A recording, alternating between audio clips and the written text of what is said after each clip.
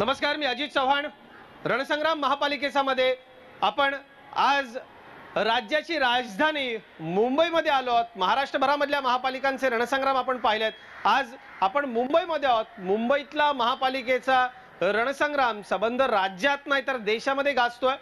मुंबईची वेगळी ओळख करून द्यायची गरज महाराष्ट्राला आणि देशाला प्रेक्षक हो नाहीये. या मुंबईच्या निवडणुकीनं सध्या संपूर्ण देशातलं वातावरण ढवळून निघालेलं आहे. 10 महापालिकांच्या निवडणुकीत सगळ्यात जास्त लक्ष असेल कुठे तर मुंबई महानगरपालिकेच्या निवडणुकीमध्ये. विरोधकांच्या मध्ये सत्ताधाऱ्यांच्या मध्ये वाद तर आहेच, पण राज्यात दोघं सोबत सत्तेत असलेले पक्ष या निवडणुकीत एकमेकांच्या समोर शड्डू ठोकून उभे राहिलेत. मुंबई महानगरपालिकेच्या निवडणुकीत थेट या रणात आपण आलोय. तिथला संग्राम कसा आहे ते पाहायला माझ्याबरोबर मुंबई महानगरामधले विविध पक्षांचे प्रमुख नेते, त्यांची ओळख आपण करून घेऊयात. माझ्यासोबत महाराष्ट्र नवनिर्माण सेनेचे तरुण नेते संदीप देशपांडे आहेत. संदीप देशपांडेंनी मावळत्या सभागृहामध्ये महाराष्ट्र नवनिर्माण सेनेची भूमिका मोठ्या हिरिरीने मांडली. गटनेते ते होते. गेली अनेक वर्ष जनसंघापासून मुंबईमध्ये काम करणारे आणि भारतीय जनता पक्षाचे एक ज्येष्ठ चेहरा आणि प्रवक्ते मधू चव्हाण माझ्याबरोबर आहेत. मधू चव्हाणजी, स्वागत आपलं. या विभागाचे विभाग प्रमुख आणि राज्यातल्या काही जिल्ह्यांच्या संपर्क नेतेपदाची जबाबदारी ज्यांच्यावरती आहे ते शिवसेनेचे अनेक वर्ष या भागाचा चेहरा असलेले अजय चौधरी, इथले आमदार विभाग प्रमुख आपल्या बरोबर आहेत. माझ्याबरोबर मुंबादेवीचे आमदार अमीन पटेल आहेत. मुंबईत काम करणारा काँग्रेसचा मुख्य चेहरा, त्या चेहऱ्यांपैकी एक मुंबापुरीतल्या काँग्रेसच्या या शिलेदाराचं स्वागत या कार्यक्रमामध्ये आमदार अमीन पटेल. विद्या चव्हाण, राज्यामध्ये राष्ट्रवादी काँग्रेसचा महिला चेहरा अशी ओळख असलेल्या आमदार विद्याताई चव्हाण, ज्यांनी अनेक पद राष्ट्रवादी काँग्रेसच्या माध्यमातून राज्यात भूषवली आहे. विद्याताई, आपलंही स्वागत या कार्यक्रमामध्ये. सुरुवात संदीप देशपांडे तुमच्यापासून. का सत्ताधाऱ्यांना निवडून द्यायचं नाही, मनसेला पुन्हा का संधी द्यायची मुंबईकरांनी? काय मुंबईकरांना मनसे देणार आहे? काय विजन आहे तुमच्या पक्षाचं? नाही, गेले 25 वर्षात जर आपण बघितलं तर ज्या पद्धतीने कारभार हा भारतीय जनता पक्ष आणि शिवसेनेने महानगरपालिकेमध्ये चालवलेला आहे, विशेषतः गेल्या 5 वर्षाचा मी उल्लेख करीन. गेल्या 5 वर्ष महाराष्ट्र नवनिर्माण सेनेच्या माध्यमातून आम्ही केलेलं आहे. मग 900 कोटीचा कचरा घोटाळा असेल, रस्ते घोटाळा असेल, नाले सफाई घोटाळा असेल, हे सगळे जे घोटाळे आहेत. आणि याच्यात अतिशय महत्त्वाचा मुद्दा म्हणजे जी टेंडरिंग प्रोसेस या महानगरपालिकेची आहे, ही टेंडरिंग प्रोसेस अशा पद्धतीने केली जाते की त्याच्यामध्ये ठराविक कॉन्ट्रॅक्टर म्हणजे भ्रष्टाचार आहे का मोठा यात सगळ्यात? निश्चितपणे. कारण जेव्हा टेंडर बनवलं जातं तेव्हा, जसं मी तुम्हाला उदाहरण सांगतो, दिवार पिक्चर लिहिताना अमिताभला डोळ्यासमोर ठेवून पिक्चर लिहिला गेला, तसा कंत्राटदार डोळ्यासमोर ठेवून त्याच्या निविदा बनवल्या जातात की या निविदा या कंत्राटदाराला द्यायच्यात आणि त्याप्रमाणे त्या निविदा बनवल्या जातात. अशा पद्धतीचा कारभार चाललेला आहे. संदीप देशपांडे, असं कसं घडलं? प्रशासन आहे इथे, आयुक्त बसतात, बाकीचे सगळे इतर लोक आहेत, असं कसं घडलं? नाही, याच्यामध्ये निश्चितपणे प्रशासकीय अधिकारी जे आहेत यांचा सर्वात मोठा सहभाग आहे. कारण टेंडर कंडिशन बनवण्याचं काम काय कुठला नगरसेवक करत नाही, ते काम प्रशासकीय अधिकारी करतात. पण या प्रशासकीय अधिकाऱ्यांवर वचक ठेवण्याचं काम हे सत्ताधारी दोन्ही पक्षांनी करायला पाहिजे होतं, ते त्यांनी केलं नाही. आणि त्यांनी काम तर त्यांच्यावर वचक ठेवण्याचं केलंच नाही, पण त्याच्याऐवजी त्यांच्याबरोबर त्यांनी लागेबांधे जुळवून गेले. त्याचा परिणाम अख्खा मुंबई शहर भोगतोय. आज रस्त्यांची म्हणजे गेल्या 5 वर्षामध्ये 10,000 कोटी रुपये खर्च करून मुंबईकरांना रस्ते नाहीत. आज कचऱ्यासाठी 6,500 कोटी रुपये खर्च करून डम्पिंग ग्राउंडचा प्रश्न तसाच आहे. आज मुंबईमध्ये मिळालं काय? म्हणजे नुसतंच एक आम्ही करून दाखवलं म्हणून होर्डिंग लावायचं आणि प्रत्यक्षात काहीच केलेलं नाहीये. मुंबईकरांना असं घडलं का? संदीप देशपांडेंचे जे आरोप आहेत तसं आपल्याला वाटतं का हे घडलं का? तर मुंबईकरांना याचं उत्तर मतदानातून द्यायचं आहे. विद्याताई चव्हाण, का राष्ट्रवादी काँग्रेस पक्षाला मुंबईत मतदारांनी संधी द्यायची? का सत्ताधाऱ्यांना नको? काय विजन आहे राष्ट्रवादी काँग्रेसचं की तुम्हाला निवडून द्यावं लोकांनी? नाही, हे जे शिवसेना भाजप नेहमी सांगतं की करून दाखवलं का दाखवणार, तर मला एकच सांगायचंय की नवी मुंबई आपल्या अगदी जवळच आहे. त्याचप्रमाणे पिंपरी चिंचवड असेल, पुणे असेल, जिथे राष्ट्रवादी काँग्रेसची महापालिकांमध्ये सत्ता आहे, तिथे आम्ही खरोखरच चांगला विकास करून दाखवलेला आहे. तिथली स्वच्छता बघा, तिथलं जे आधुनिक तंत्रज्ञान असेल, ह्या सगळ्या जे रस्ते असतील, ह्या सगळ्या आम्ही ह्या महापालिका चांगल्या करून दाखवलेल्या आहेत. त्याच्या उलट मुंबई महापालिकापासून ते नागपूरपर्यंत जर आपण बघितलं तर या महापालिकांची, कल्याण डोंबिवली सहित अनेक महापालिकांची दुर्दशा झालेली आहे. तो तिथला भ्रष्टाचार. खरं तर या भ्रष्टाचार मुद्द्यावरती आता मी बोलणार नाहीये. मी लोकांना एवढंच अपील करणार आहे की खरोखरच 25 वर्ष यांच्या हातात सत्ता दिल्यानंतर मुंबईमध्ये आज लोकांना मूलभूत सुविधा नाही आहेत. म्हणजे पाणी नाहीये लोकांना, झोपडपट्ट्यांमध्ये 5 ते 7 रुपये हंडा विकत घ्यायला लागतोय, सिव्हिरेजची व्यवस्था नाहीये, कचऱ्याचा शून्य कचरा मोहीम कुठेही राबवली जात नाहीये. अनेक गोष्टी तुम्हाला करण्यासारख्या आहेत पण तुम्ही त्या केलेल्या नाहीयेत. आणि त्यामुळे लोकांना आता मला प्रश्न विचारायचा आहे की आपण ह्या सगळ्याला कंटाळला आहात की नाही, की हा भ्रष्टाचार जर लोकांनी पुन्हा यांच्या हातात सत्ता दिली तर मला असं वाटतं निश्चितच मग लोकांचा सुद्धा भ्रष्टाचाराला पाठिंबा आहे असं दुर्दैवाने म्हणावं लागेल. अगदी थेट असं आवाहन करताय तुम्ही की भ्रष्टाचार झालेलाच आहे. अमीन पटेल, का काँग्रेस पक्षाला मुंबईकरांनी मतदान करायचंय, का तुम्हाला सत्ता द्यायची आहे, काय आवाहन कराल आणि काय विजन आहे काँग्रेस पक्षाचं? जवळजवळ 20 वर्षापासून मुंबई महानगरपालिका जी आपला महाराष्ट्राची राजधानी आणि देशाची आर्थिक राजधानी आहे, तिकडे कसं कामकाज चालू आहे ते आपल्याला सगळं आता माहीत झालेलं आहे. टी व्हीच्या माध्यमातून, न्यूजपेपरच्या माध्यमातून लोकांना कळलेलं आहे. 20 वर्षापासून तुम्ही BJP किंवा शिवसेना त्यांचा मॅनिफेस्टो बघा, त्याच्यामध्ये स्पष्ट लिहितात की येणाऱ्या 5 वर्षामध्ये आम्ही तुम्हाला 24 तास पाणी देणार आहोत. मागच्या जाहीरनाम्यातलं सगळे वचननामा पूर्ण झाला का? तीन वचननामा मी स्वतः पाहिलेला आहोत. त्याच्यामध्ये त्यांनी लिहिलेले होते 15 वर्षा अगोदर की आम्ही तुम्हाला 24 तास पाणी देणार आहोत. झालं का? ही मला सांगायचं की मुंबईच्या लोकांना सांगायचं हे गरजेचं आहे. 24 तास तुम्हाला सगळं महाराष्ट्र ऐकतोय आता. असं एरिया आहे तिथे 24 मिनिट बी पाणी मिळत नाही लोकांना, 24 मिनिट बी पाणी येत नाही. आज पाणीची अशी हालत झालेली आहे की लोकांना एक हंडा विकायसाठी 5 रुपये, 10 रुपये, 15 रुपये द्यावं लागतात आणि हेच नाहीत, खाली पाणीच नाहीत. तुम्ही त्यांच्या जाहीरनाम्यामध्ये आहेत की आम्ही क्लीन रस्ता देऊया. आज पाऊस आले की खड्डामध्ये रस्ता की रस्त्यामध्ये खड्डा हे आपल्याला कळत नाहीत. एज्युकेशनची व्यवस्था काय चाललेली आहेत आपण बघितलेलं आहोत. आज कोणीतरी आपणा मुलांना मुंबई महानगरपालिकाच्या शाळामध्ये पाठवायला तयार नाही. त्याच्या कारण काय? एक मुलावर जवळजवळ 50 ते 60 हजार रुपया मुंबई महानगरपालिका खर्च करतो. ते पैसा कुठे जातो, लोकांना एज्युकेशन कशाला नाही मिळते, हे आज एक मोठा प्रश्नचिन्ह निर्माण झालेला आहे. कचरा असाच आहेत, रस्ता जसेच आहेत, हॉस्पिटल तसंच आहेत. आज लोकांना कशासाठी त्यांना निवडून द्यावं?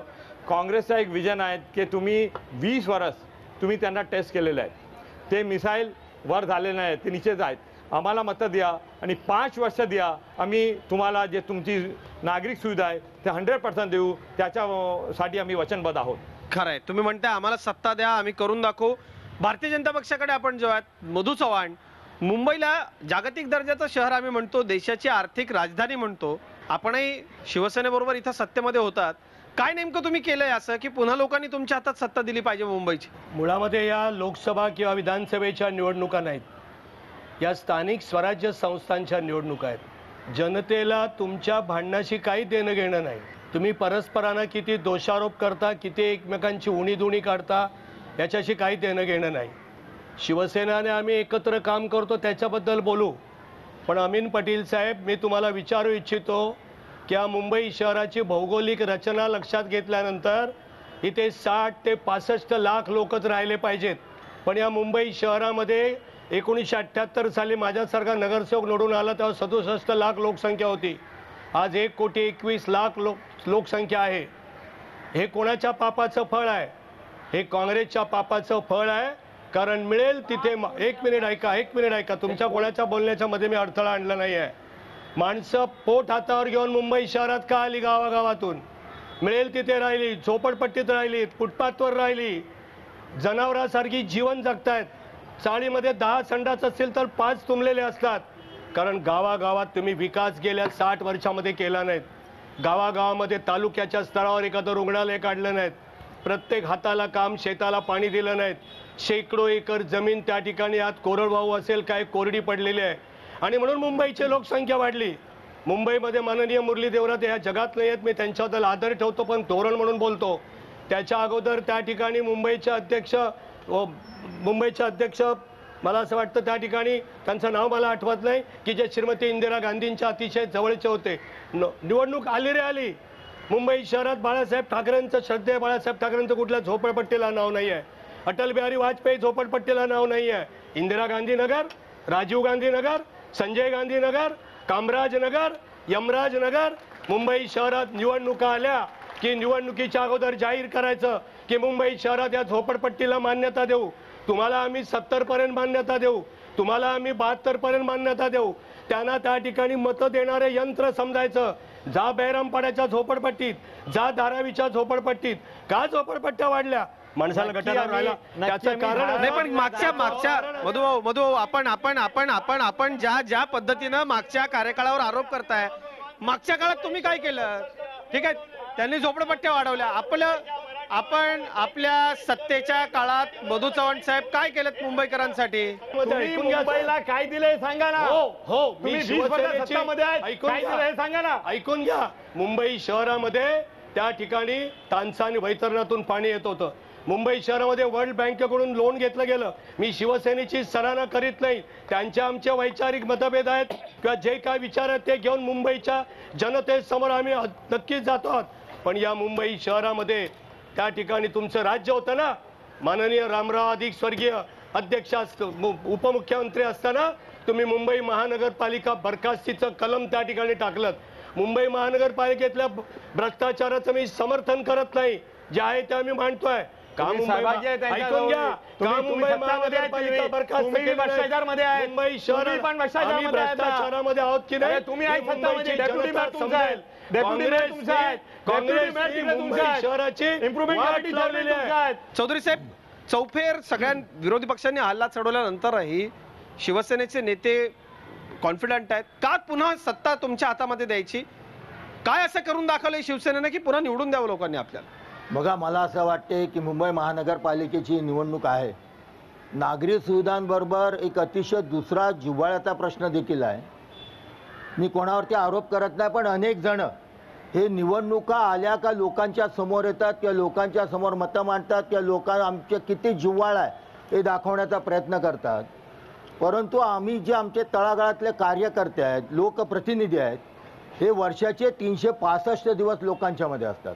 365 दिवस लोकांच्या अडीअडचणींवरती मात करण्याचा प्रयत्न करत असतात. आणि म्हणूनच एका विश्वासाने मुंबई महानगरीतले हे सगळे जनता ही शिवसेनेच्या मागे अत्यंत खंबीरपणे उभी राहते. कारण त्यांच्यासमोर नुसत्या निवडणुका हाच प्रश्न नसतो, तर रोजच्या माझ्या जीवनामध्ये आलेल्या अडीअडचणींना कोण मदत करतो, कोण माझ्याकरता धावून येतो. कारण असं म्हणतात, हे आम्ही म्हणत नाही, जनता म्हणते की जर आग लागली तर बंब नंतर येतो, पहिला धावतो तो शिवसैनिक धावतो. एखाद्या रुग्णाला जर काय एखाद्या व्यक्तीला समजा अटॅक आला, एखाद्या व्यक्तीला जर काय गरज लागली तर ते रुग्णवाहिका नंतर जाते, पहिला धावतो तो शिवसैनिक धावतो. आणि मग जनतेला काय हवं आहे, जनतेच्या अडचणी काय आहेत याच्यावरती मात करण्याचा प्रयत्न शिवसैनिक सतत करत असतो. म्हणून एक भावनिक आमचं नातं जनता आणि शिवसेना हे जडलेलं आहे.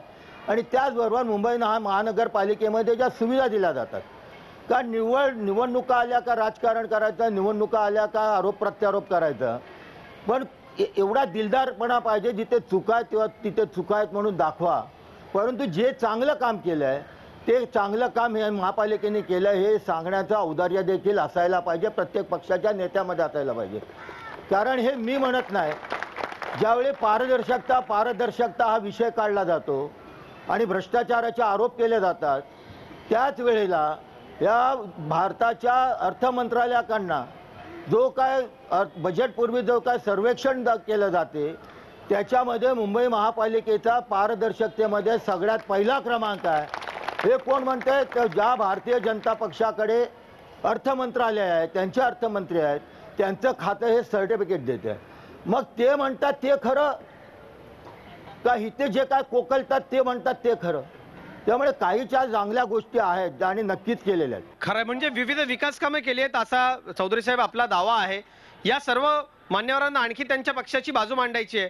इथं जे कार्यक्रमाला आलेले बंधू भगिनी आहेत त्यांच्याकडे मी जाणार आहे. पण मुंबईतल्या रणसंग्राम मध्ये आता चर्चा हळूहळू रंगायला लागली आहे. एक छोटासा ब्रेक घेतोय. ब्रेक नंतर आपण लगेचच परतूयात. कुठेही जाऊ नका. ताज्या बातम्यांसाठी पाहत राहा झी 24 तास.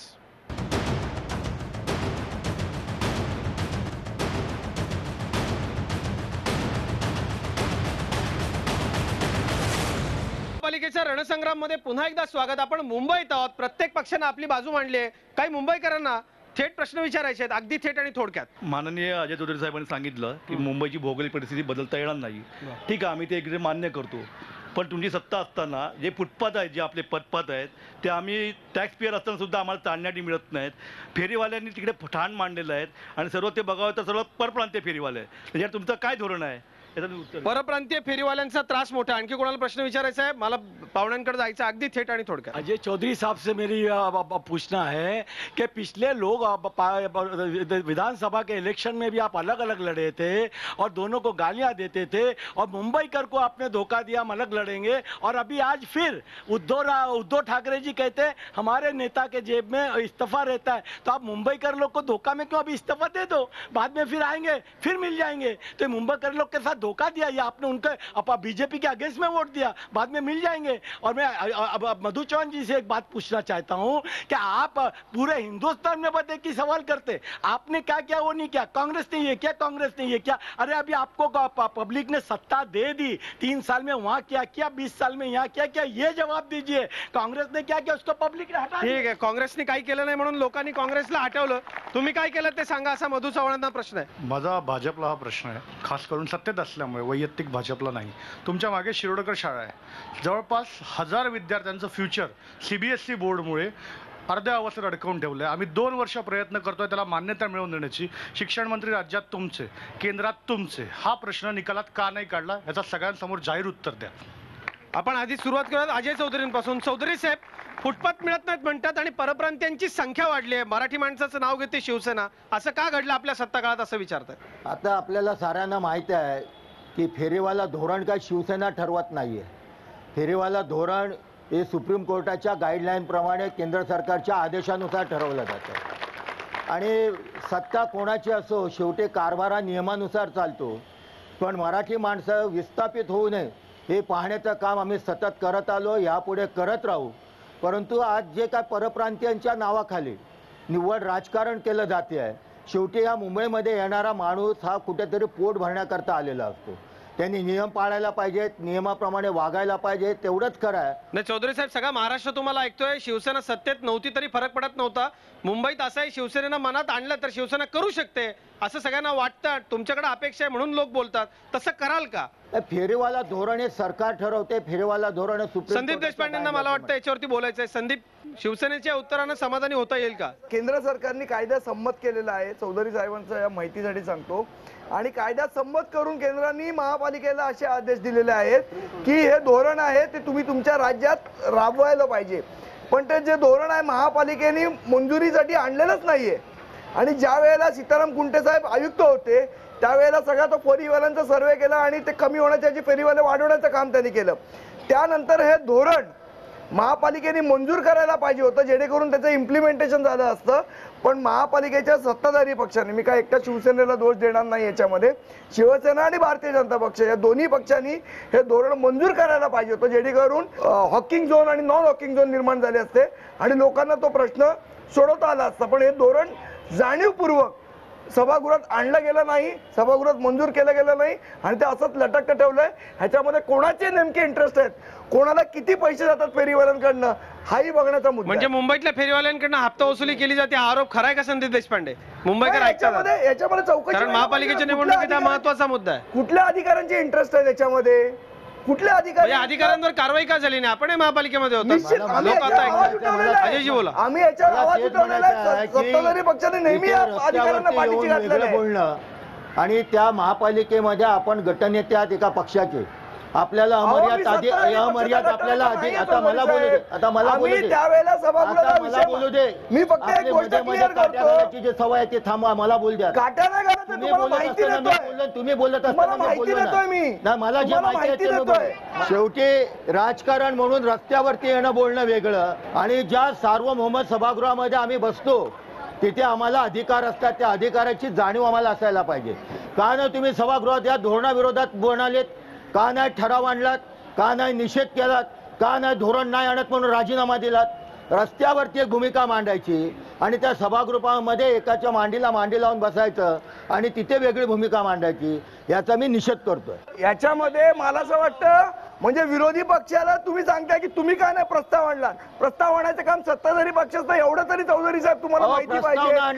तुम्ही आणत नाही आणि वरती विरोधी पक्ष सांगते तुम्ही काय प्रस्ताव आणला. आम्हाला जनतेने निवडून द्यावं, आम्ही निश्चितपणे याचा प्रस्ताव आणून मला वाटतं जे मुंबईकर हा कार्यक्रम बघतायत आणि ज्यांना सभागृहाचं कामकाज कसं चालतंय, ज्या मुंबईकरांना माहिती आहे त्यांना नक्की कळेल की कोण कुठल्या प्रश्नाला बगल देते. मधुभाऊ, तुमच्याकडे यायचंय. शाळांचे प्रश्न सुटत नाहीत, शिक्षण मंत्री तुमचा आहे. ज्या शाळेच्या ग्राउंडवर आपण काम इथं आता कार्यक्रम करतोय तिचेही काही भलं झालं नाही, त्या शाळेलाही काही सीबीएसईची जी याच्यामुळं परवानगी मिळत नाही किंवा सीबीएसईच्या शाळा वाढल्यामुळे शाळा मरणासन्न अवस्थेत आहेत. हा प्रश्न आहे आणि हा इथलाच नाही, राज्यभरातला प्रश्न आहे. काय या प्रश्नाला उत्तर आहे तुमचं? असं आहे की तुम्ही शिरोडकर हायस्कूलचा मी विद्यार्थी 1964 सालचा, तुम्ही तो सीबीएसचा प्रश्न काढला की या शाळेचं एक पर्टिक्युलर विशिष्ट प्रकरण माननीय शिक्षण मंत्र्यांच्या समोर असेल तर मी त्यांचं आता इथे ऑल ऑफ अ सडन उत्तर द्यायला त्या ठिकाणी मला काही माहिती नाही, उगाच तुम्हाला काही बेछूट उत्तर देऊ की ते करू अमुक. एक पर्टिक्युलर डॉक्टर शिरोडकर हायस्कूलांची त्या हायस्कूलची फाईल आहे ती त्या ठिकाणी मंत्र्यांकडे असेल. आपण व्यक्तिगत भेटा काय अडचण माहिती नाही. राहिला मुद्दा असा की या ठिकाणी माझी आपल्याला विनंती आहे, आम्ही किती एकमेकांना दोषारोप केले तरी मुंबईच्या जनतेच्या झोपडपट्टीचा प्रश्न सुटणार नाही, वाहतुकीच्या कोंडीचा प्रश्न सुटणार नाही. मुंबई शहरात फक्त 3 रुग्णालय आहेत, केईएम, सायन आणि नायर. सामान्य माणूस जसलोकला, हिंदुजाला, ब्रिज कॅन्डीला जाऊ शकत नाहीत. त्यांचे प्रश्न आपण कसे सोडवू त्याचा आम्हाला वचननामा विचारा. ते आपल्याला सोडवायचंय म्हणून आम्ही आशेने आपली चर्चा ऐकतोय. काही मुद्दे कळतात का आम्हाला? ते तुम्हाला सोडवायचंय. मधुभाऊ, अमीन पटेल मी आपल्याकडे येतो. सतत भावनिक मुद्द्यांकडे सत्ताधारी मुंबईकरांचं लक्ष वेधतात आणि विकासाचे मूळ प्रश्न दूर राहतात आणि परप्रांतीय, मराठी, हिंदुत्व, बाकी इतर मुद्द्यांकडे महापालिकेच्या निवडणुकीत संबंध काय? आता हेच मला मधु चव्हाण साहेबाला स्पेसिफिक प्रश्न विचारायचे आहेत. आज मुंबईकरला तुम्ही काय दाखवतात? आज संपूर्ण महाराष्ट्रामध्ये चर्चा लोक बघणार आहात, कसं चालत? तुम्ही मुंबईमध्ये काय केला? तुम्ही आज नवीन मतं मागता, शिवसेना नवीन मतं मागतात, तुम्ही काय केलं हे तर सांगा. आता तुम्ही सांगितले मुंबईमध्ये 3 रुग्णालय आहेत. 7 हिल हॉस्पिटल मरोलमध्ये कशासाठी विकली तुम्ही? इतकी मोठी हॉस्पिटलची जागा होती, 2 इमारत तयार होती, तुम्ही कशासाठी हॉस्पिटल विकली? भारतीय जनता पार्टीने ती विकलेली नाही. तुम्ही त्या ठिकाणी काँग्रेसने मी नगरसेवक होतो, मला आता बोलू द्या प्लीज, मला बोलू द्या. हा, मला बोलू द्या. मी तिकडे नगरसेवक होतो, ते सभागृहामध्ये मी ऑब्जेक्शन घेतले की हे हॉस्पिटल कॅन्सरसाठी ठेवलेली आहेत. मरोळमध्ये 2 बिल्डिंग तयार आहेत, तुम्ही कृपा करून 7 हिलला नको द्या. एक मताने तुम्ही लोकांनी दिले. आता तुम्ही इथे म्हणतात की मुंबईमध्ये हॉस्पिटल नाहीत. आज शाळाची बोलणी झाली. आज जे 27-28 वस्तू आपण जे देतात त्याच्यामध्ये किती मोठा भ्रष्टाचार आहे. तुम्ही बॅग देताना, चव्हाण साहेब, तुम्ही बॅग देताना बॅग उचला, तो बॅग खाली नाही, हँडल तुम्हाला हातात. हे काय चाललेलं आहे? आज पाणीचा बोलता तुम्ही, 3750 MLD पाणी मुंबईमध्ये रोज जातो. आपल्याला गरज किती आहे? 24 तास पाणी दिला तर मुंबईला गरज आहे 4300 MLD पाणीची. तूट किती आहे? 600 MLD. तरी पण मुंबईला पाणी नाही. पाणी कोण विकतात? पाणी कोण चोरी करतात? पाणीमध्ये काय काय आहे? हे भ्रष्टाचार, पाणीचा भ्रष्टाचार, ह्याच्यावर तुम्ही बोला. आज मुंबईची जे तरुण जनता आहे त्याला कळलेलं आहे की काय चाललेलं आहे तिकडे. तुम्ही स्पष्ट उत्तर द्या की मुंबईमध्ये 3750 MLD पाणी आहे, तुम्ही कशाला नाही देऊ शकता? त्याच्यामध्ये भ्रष्टाचार हे खोला तुम्ही.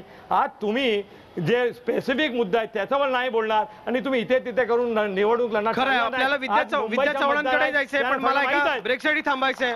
मुंबईमध्ये आम्ही राहतो, आम्हाला उत्तम दर्जाचे रस्ते आहेत का? आम्हाला उत्तम क्रीडांगण आहेत का? तरुणांच्या करता व्यायामशाळा आहेत का? ग्रंथालय आहेत का? वृद्धांकरता नानानी पार्क आहेत का? लहान मुलांना खेळण्याकरता इथं गार्डन्स आहेत का? आमची परिवहन व्यवस्था चांगली आहे का? आम्हाला भाजी मंड्या आहेत का? आमच्या मंडया, मच्छी मार्केटचे उत्तम स्थितीमध्ये आहेत का? आम्हाला 24 तास पाणी पुरवठा आहे का? पथदिव्यांना वीज आहे? यावर बोलूयात एका ब्रेक नंतर.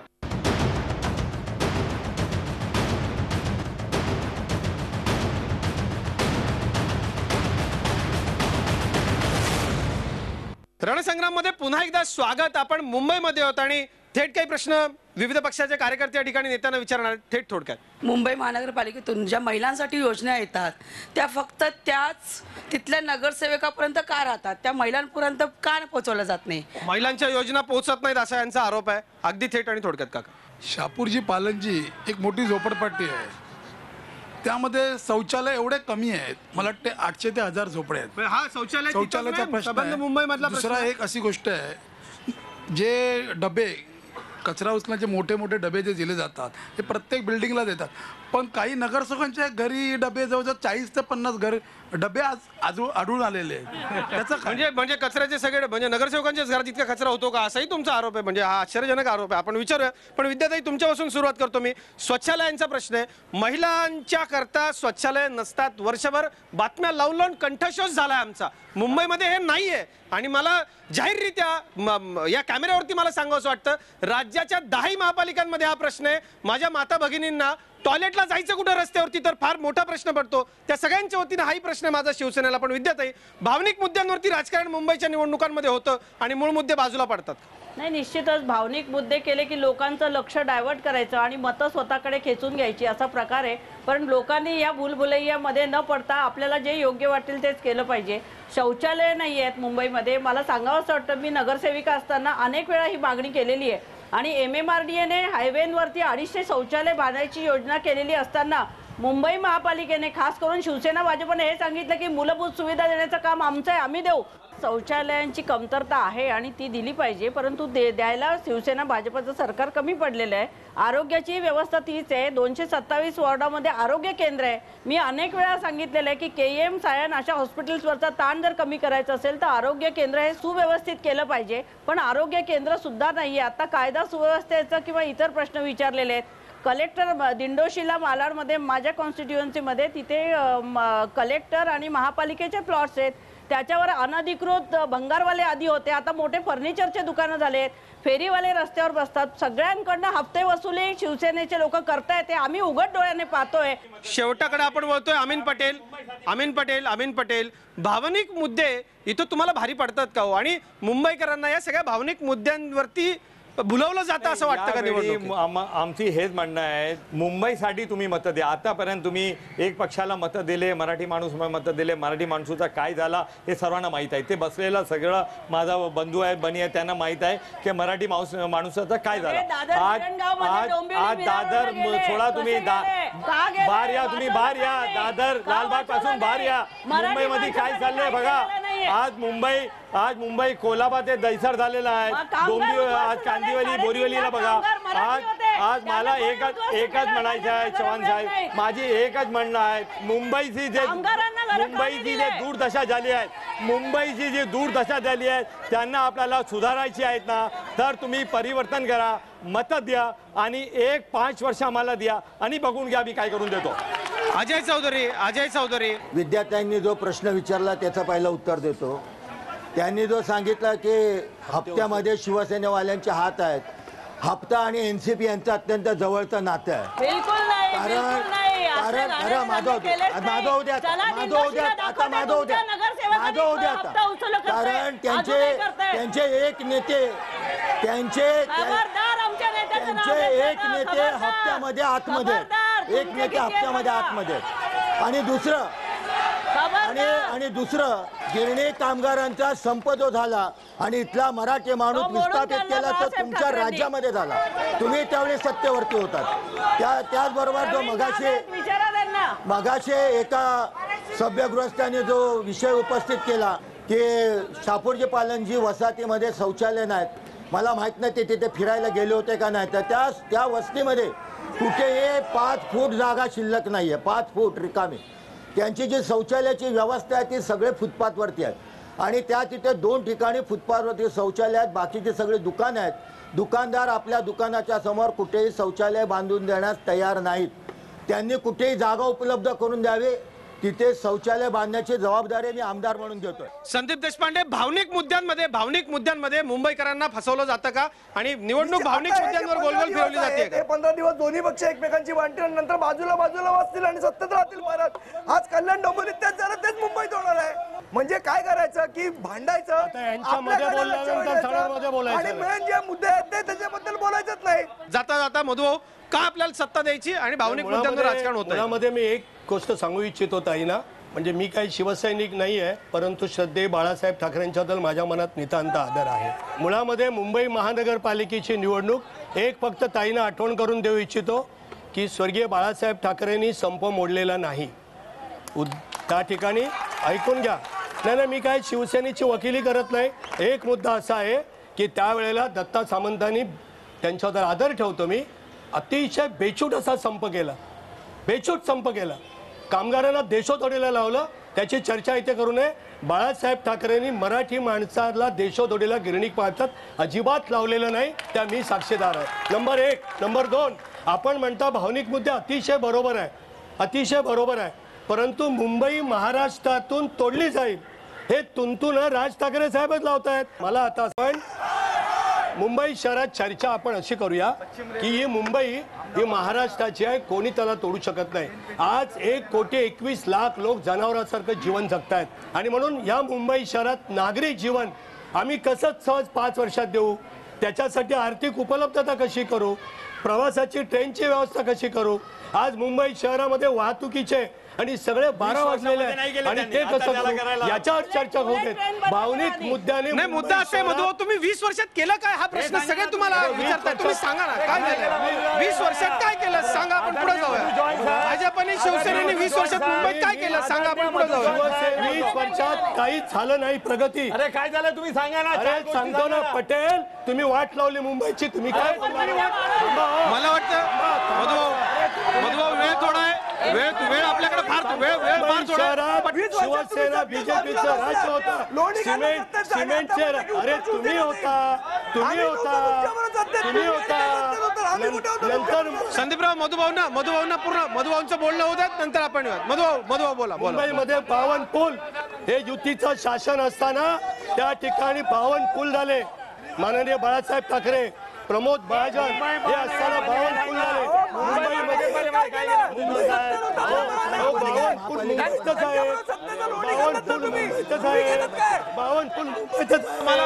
मला कार्यक्रमात पुढे जायचं. एका प्रेक्षकाचा छोटा एक आक्षेप येतोय, अगदी थोडं चव्हाण साहेब, तुम्ही जे म्हणता की मुंबईची आम्ही तोडली नाही, तर JNPT कुठे पाठवली तुम्ही? अहमदाबाद बुलेट ट्रेन कुठे बनवलं तुम्ही? नंतर पश्चिम रेल्वेचं अहमदाबादला सेंट्रल का नेता तुम्ही? नंतर नाशिकचं पाणी गुजरातला का पोहोचवताय तुम्ही? म्हणजे तुम्ही मुंबई तोडण्यासाठीच फक्त आलेले आहेत. मधुभाऊ उत्तर देऊयात. मला अजय चौधरीकडे जाऊन कार्यक्रम संपवायचा. संदीप देशपांडे आहे की आपण त्यांना बोलू द्या कृपया. नाशिकचं पाणी अहमदाबादला नेण्याचा नाही, मुद्दा असा आहे त्यांचे जे आक्षेप आहेत मुंबईमध्ये हे सगळं महाराष्ट्र हवेतले मुंबई खोट्या बातम्या. ठीक आहे, जाता अजय चौधरी एका वाक्यात शेवट, मला कार्यक्रमाचा शेवट करायचा आहे. तुम्हाला का निवडून द्यायचं? मुंबईकरांच्या नागरी सुविधांकरता सतत आम्ही प्रयत्नशील असतो आणि मुंबईकरांचा विश्वास शिवसेनेवरती आहे, म्हणून शिवसेनेशिवाय या निवडणुकीमध्ये पुन्हा एकदा शिवसेनेचा भगवा हा मुंबई जाता वन लाईन राष्ट्रवादीला का निवडून द्यायचं? एका वेळी आम्ही सत्तेत आलो तर जे मध्यम वर्ग जो घरं घेतोय ते त्यांनी मंथली याच्यावरती घेत आहेत आणि EMI वरती, आणि हा प्रॉपर्टी टॅक्स इतका आहे की मराठी माणसाला घर मालकीचं घेतलं तरी स्वतःचं घर असल्याचं सुख लाभत नाही. खेळांची मैदान, प्रॉपर्टी टॅक्स कमी करा, प्रॉपर्टी टॅक्स निश्चित. आणि उद्धव ठाकरे जे आज म्हणतायत की आम्ही प्रॉपर्टी टॅक्स कमी करू, मग 25 वर्षात त्यांनी का हरकत नाही. एक वेळीच आपल्याला Sandeep Deshpande one line property tax माफ करू. वन लाईन का निवडून द्यायचं मानसेला? मुंबईच्या विकासाच्या मुद्द्यांचाच प्रचार झाला पाहिजे. यांच्या दुर्योधन आणि अर्जुनाला लोक आता कंटाळलेली आहेत. मधुभाऊ जाता वन लाईन का निवडून द्यायचं आपल्याला? मुंबई शहरासाठी 1,06,000 कोटी रुपये खर्च करून विकासाच्या माध्यमातून भारतीय जनता पक्षच त्या ठिकाणी निवडून येणार आणि मुंबईचा महापौर BJPचाच होणार. आमच्या पाठीमागे लोक निवडून देणार आहे. अमीन पटेल का निवडून द्यायचं काँग्रेसला जाता? 20 वर्षापासून लोकांनी बघितले आहेत, काँग्रेसला तुम्ही सत्ता द्या, 5 वर्षामध्ये 24 तास पाणी मिळणार, चांगला रस्ता मिळणार, चांगला एज्युकेशन मिळणार आणि चांगली आरोग्य सुविधा मिळणार. मुंबई महानगरपालिकेच्या निवडणुकांमध्ये काय नेमके मुद्दे महत्त्वाचे आहेत आपण पाहिलं.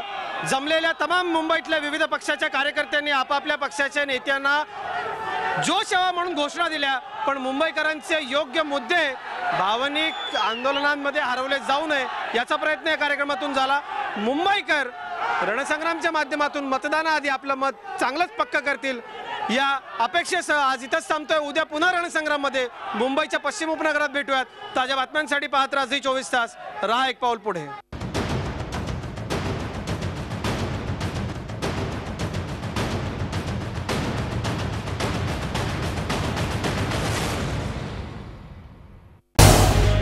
झी 24 तास रहा एक पाऊल पुढे.